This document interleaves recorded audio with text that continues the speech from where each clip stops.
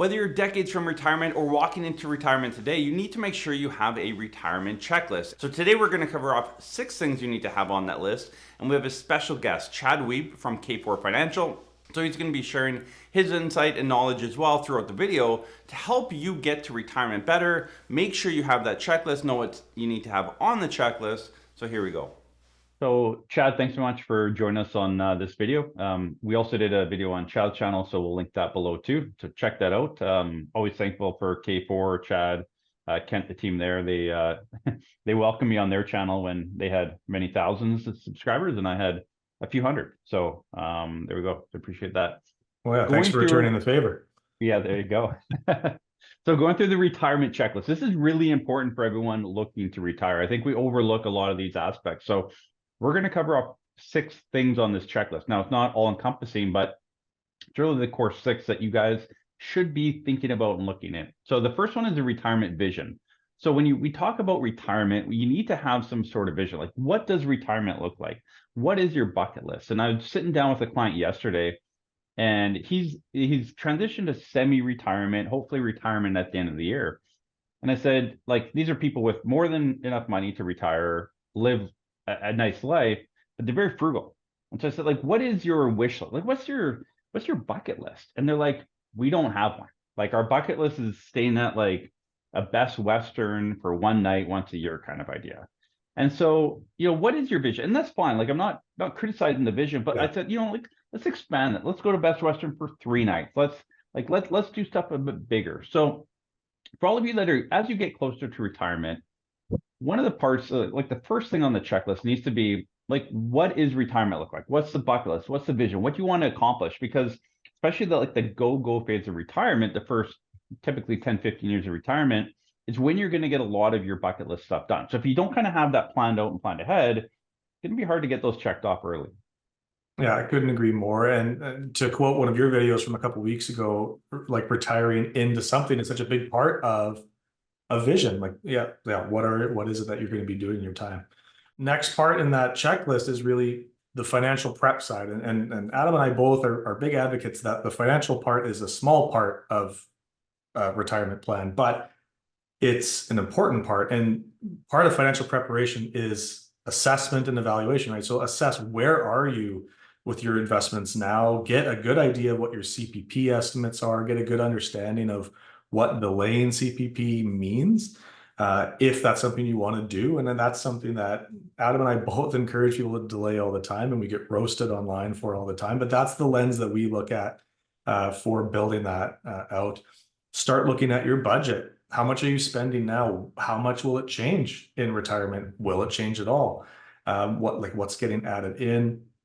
Investment strategy is really important, making sure that you're tailoring that to yourself, and making sure you have like an emergency fund. There's a big strategy out there called the 3 bucket strategy, and it just looks at what's called in our industry a framing bias, where a dollar isn't just a dollar, it's a dollar for something. And having money that's set aside specifically for the next 2 years of expenses, having money set aside for the next, like for 3 to 10 years, and then the long term, and treating it differently is a strategy that may work for you. Not for everyone, but it may work for you. But just having that financial readiness, and again, that's why our jobs exist. Sit down with a professional is definitely our recommendation to get a really, really clear picture of where you're at. The third thing on the checklist that a lot of people ask about and very uncertain about is healthcare consideration. So when we look at healthcare and retirement, you may work a government job or a job where you can continue with your health coverage at a decent rate, something to look into, absolutely. Companies like Manulife and Blue Cross have like a follow me plan or a continuation plan after you leave work. Again, I say to everyone that, most of our clients pay cash for healthcare in retirement. Again, every province and territory is a little bit different, how much they kick in, and subsidies, and there's a lot that goes on there. I won't jump into that in this video. Yeah. But I would say if you're looking to get an individual plan that you pay monthly for and there's a benefit to it, run through a typical year on what do you claim or what do you expect to claim in a year, and what would you get reimbursed for versus what you're going to pay for premium. Typically, it's not worth it. For some of you watching this video, it will be, but for the majority, it's probably better to do cash, because a lot of people just pay for it, and then a couple years down the road, they realize like, oh, I paid $5,000 a year to this thing. I've only got 2,000 a year back. So, something to consider as well. Yep. So as you look at health insurance, actually run the numbers. Yeah, I agree. Even at my stage, I'm questioning whether it's worth it.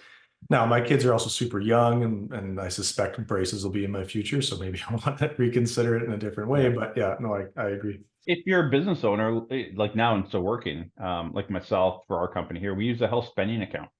So, if you're a business owner watching this and you're wondering like what's a good coverage option, talk to your financial planner, reach out to Chad or myself, and we can kind of walk you through what a health spending account is and how that could be beneficial for you too. All right, number 4 is the legal side. And I know lots of people like to avoid this or kind of bury their head in the sand, but it's so important.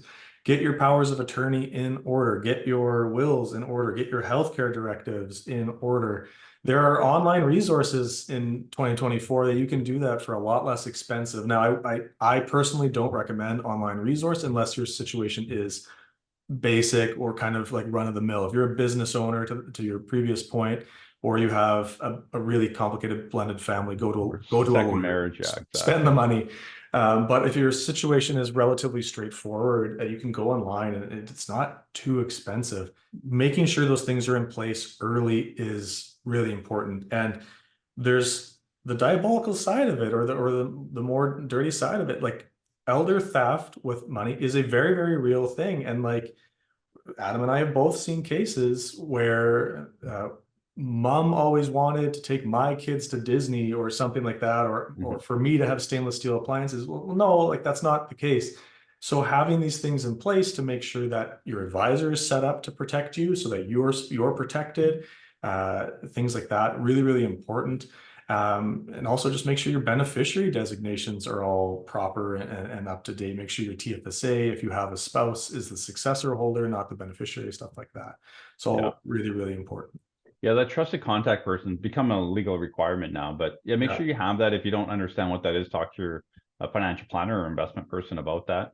One thing we're doing internally as a team here for our clients this year, kind of our main focus for 2024, is to say, okay, let's look at your will and let's look at the beneficiary and all your accounts, and let's make sure they line up, and also let's make sure they line up in the way you want them to line up. So if you die tomorrow, does money kind of flow in the way that you actually think it should or want it to flow? So again, something, a good kind of test to go through with your financial planner. The 5th thing, lifestyle planning. And this is something that we just talked about on your channel in the video.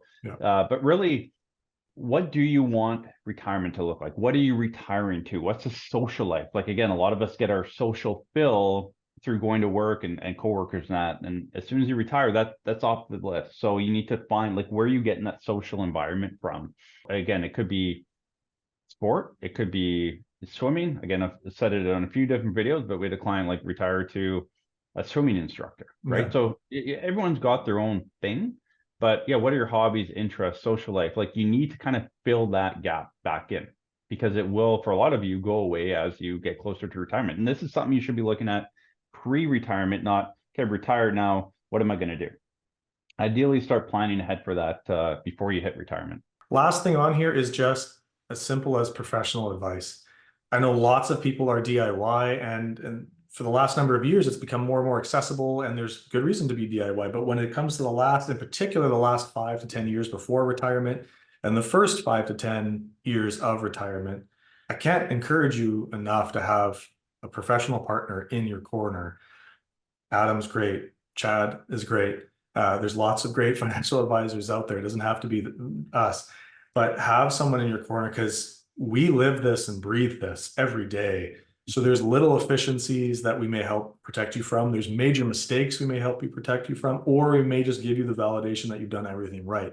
All of those are value, and all of those are things that we've helped clients with. So the final piece of that is just seek out professional advice, and tax planning would also be a part of that. Like, we're not accountants, but make sure you have someone who's really taking care of your taxation as well, is a big part. Yeah. And the feedback we get, like when, a lot of people that are looking to hire us for a fee-for-service plan is, okay, I'm paying X, like, am I going to get that back? And, the answer has always been yes. But it's funny, like the people that go through the process, I'm sure you see the same on your side, it's, they come into the process with the mindset of like, hey, I've paid for this service, am I going to get my ROI on it? when they walk away in the feedback, we have kind of a follow-up feedback process that we do with all of our clients. None of them will say about, oh, the financial piece of it. It's actually 100% of clients walk away. It's the peace of mind of having a plan, right? So as you get closer to retirement, you're getting a plan to have that financial comfort and getting the numbers straight and making sure you understand, where, when, and how much your income's coming from and all that. But the net benefit of getting a plan done by a professional, and this is feedback from hundreds of Canadians that have done a plan with our office, in that it's actually it's just like, oh, the weight's off my shoulders. Right. I know what I'm doing. It's just the comfort of having that kind of GPS roadmap going forward. Well, Chad, thanks so much for joining us in the video. Again, if you haven't kind of followed through these 6 steps, we'll list them below. So make sure you do this. It's very important as you get closer to retirement. Kind of have this checklist, work through it, answer some of the questions, and then again, loop in with a professional, hopefully have a financial planner. If you don't, my contact info is below. I'll put Chad's info below, as well as Chad's channel. So make sure to go check out his video as well. Thanks for joining us in this video. We'll see you in the next one. Thanks, Adam.